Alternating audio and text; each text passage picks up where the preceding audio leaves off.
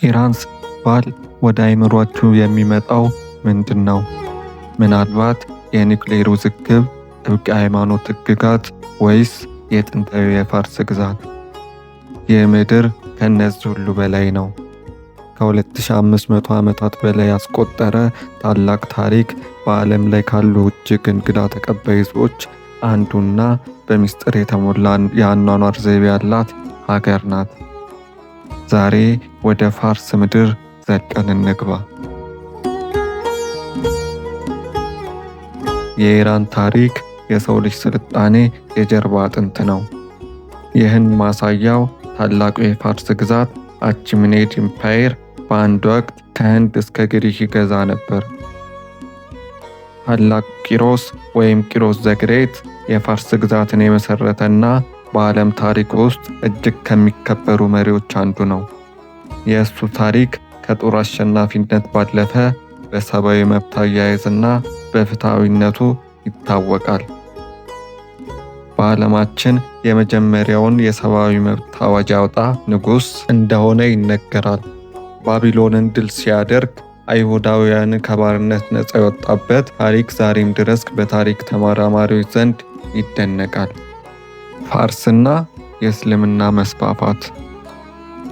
በ7ኛው ክፍለ ዘመን ፋርስ በእስልምና ስር ስትወድቅ የጥንታዊው ዞራስትሪያኒዝም እምነት ቦታውን መለወጥ ጀመረ። እንደ አውሮፓውያን አቆጣጠር በ1979 የተካሄደው የእስላማዊ አብዮት ሀገሪቱን ከዘመናዊ የሺዓ አገዛዝ ወደ አሁኑ የቴዎክራሲያዊ ሃይማኖት መሪዎች አስተዳደር ቀይሮታል። አስገራሚ ወደ ሆነው ወደ ባህላዊ ምግቧና አመጋገቧ እንግባ። የኢራን ምግብ ልክ እንደ ታሪኳ ሁሉ ጥልቅ ነው። የጣዕሙ ሚስጥር ቅመማ ቅመሞቹ ሳይሆኑ ሳፍሮስ ወይም ቀይ ወርቅ በመባል ይጠሩታል። ጎርማ ሳቢሳ። ይህ የኢራን ብሔራዊ ምግብ ከአረንጓዴ ቅጠላ ቅጠሎችና ከበግ ስጋ የሚሰራ ሲሆን ሌላኛው ደግሞ ታዲግ ይባላል። በውስጡም ክራንች ሩዝን ይይዛል። ወደ ኢራን ለመሄድ ላሰባችሁ አንድ ነገር ላሳውቃችሁ። በኢራን ምግብ ቤት ከሄዱ ባለቤቱ ታፍሮስ በሚባል ስነ ስርዓት ምክንያት መጀመሪያ ላይ ክፍያ አልቀበልም ሊሎት ይችላል። ይህ ማለት ግን የጨዋነት መገለጫ እንጂ በነፃ መመገብ ይችላሉ ማለት አይደለም። ወደ ታሪካዊ ቦታዎቿና ወደ ቅርሶቿ እንግባ። ፐርስፖሊስ። የታላቁ ዳይሮስ የድንጋይ ላይ ጥበብ መገኛ፣ የግሪክ ተዋጊው ታላቁ እስክንድርያ ይሳቀር ያደነቃት ታላቅ ከተማ ናት። ሌላኛው ደግሞ ኢስፋሃን የዓለም ግማሽ ትባላለች። የነጋሺ ጃሃን ስኩዌር በእስላማዊ ስነ ህንፃ ጥበብ አቻ የለውም። ያዛድ በበረሃ መሃል ያለች በሸክላ የተከበበች የጥንት ከተማ ናት። የኢራን ሃይማኖትና ጥብቅ ሕጎች። ኢራን ኦፊሻላዊ የሺዓ እስልምና ተከታይ ሀገር ናት። ሕጎቿም በሸሪዓ ላይ የተመሰረቱ ናቸው። የአለባበስ ሕጋቸውም ሴቶቹ በይፋዊ ቦታዎች ሂጃብ መልበስ ግዴታቸው ሲሆን በአጠቃላይ ደግሞ አልኮል መጠጣት፣ የውጭ ሳተላይት ቻናሎችና አንዳንድ የማህበራዊ ሚዲያ ገጾች የተከለከሉ ናቸው።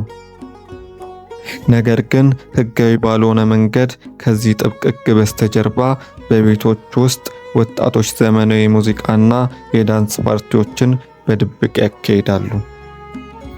ኢትዮጵያና ኢራንን ከሚያመሳስላቸው ነገሮች አንዱ ሰው በሚጋብዛችሁ ጊዜ ቢያንስ 2 ጊዜ አይሆንም ማለት አለበት።